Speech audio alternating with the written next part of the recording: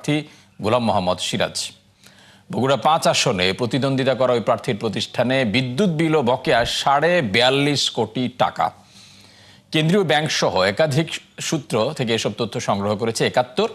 শুধু তাই নয়, হলফনামায় নিজের নামে মাত্র ২৭ লাখ টাকা ঋণের কথা থাকলেও চেপে গেছেন নিজের ৩ প্রতিষ্ঠানের নামে থাকা ১০৯ কোটি টাকার ঋণ, যাকে গর্হিত অপরাধ বলছেন টিআইবির নির্বাহী পরিচালক। আরো জানাচ্ছেন আব্দুল জাহের আনাস। ভোটের মাঠে শেষ সময়ের গণসংযোগে ব্যস্ত বগুড়া ৫ আসনের প্রার্থী গোলাম মোহাম্মদ সিরাজ।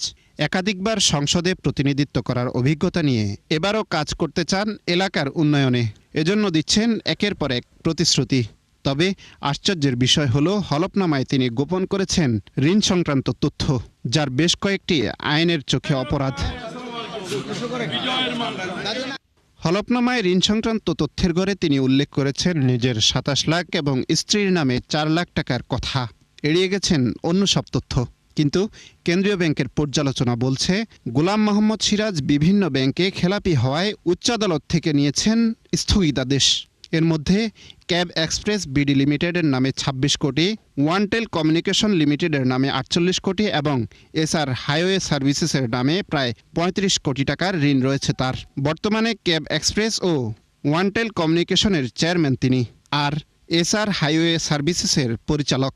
কেউ যদি তথ্য সজ্ঞানে গোপন করে প্রার্থিতা পেয়ে থাকেন ঋণ খেলাপি হওয়া সত্ত্বেও, এবং সেটা যদি গোপন করে তিনি হলফনামা দিয়ে, হলফনামা অর্থাৎ লিগালি কিন্তু তিনি এটা অব্লিগেশন নিয়ে বলছেন যে তিনি ঋণ খেলাপি নন, এটা যদি করে থাকেন তাহলে তার আইন অনুযায়ী এটা যদি প্রমাণিত হয় তো যিনি প্রার্থী তার প্রার্থিতা বাতিল হবে। শুধু তাই নয়, তার স্ত্রীর খেলাপি ঋণ ও বিদ্যুৎ বিল বকেয়ার তথ্য গোপন করেছেন এই প্রার্থী।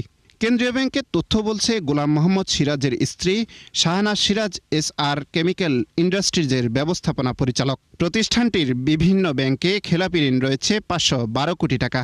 শুধু তাই নয়, একই প্রতিষ্ঠানের বিদ্যুৎ বিল বকেয়া রয়েছে ৪১.৪২ লাখ টাকা। যিনি প্রার্থী তার স্ত্রী বা স্বামী, যে ক্ষেত্রে যেটা প্রযোজ্য, এবং পরিবারের সদস্য যারা পোষ্য আর কি নির্ভরশীল, তাদের সকল তথ্য দিতে হবে। সেই তথ্য যদি কোনো প্রকার তথ্য যদি গোপন থাকে, সেটা স্ত্রীর হোক বা স্বামীর হোক, স্পাউস বলতে যা বোঝায়, বা সন্তানের হোক, গোপন থাকলে সেটা অপরাধ হবে এবং একই অপরাধে কিন্তু এই সেম অপরাধে কিন্তু প্রার্থিতা পাওয়া হবে। খেলাপি ও বিল বকেয়ার তথ্য নির্বাচন কমিশনকে জানালেও কোনো ব্যবস্থা গ্রহণ করা হয়নি বলে ৭১কে জানায় একাধিক সূত্র। গোলাম মোহাম্মদ সিরাজ তার হলফনামায় নিজের ১৬২ কোটি, স্ত্রীর নামে ৪৯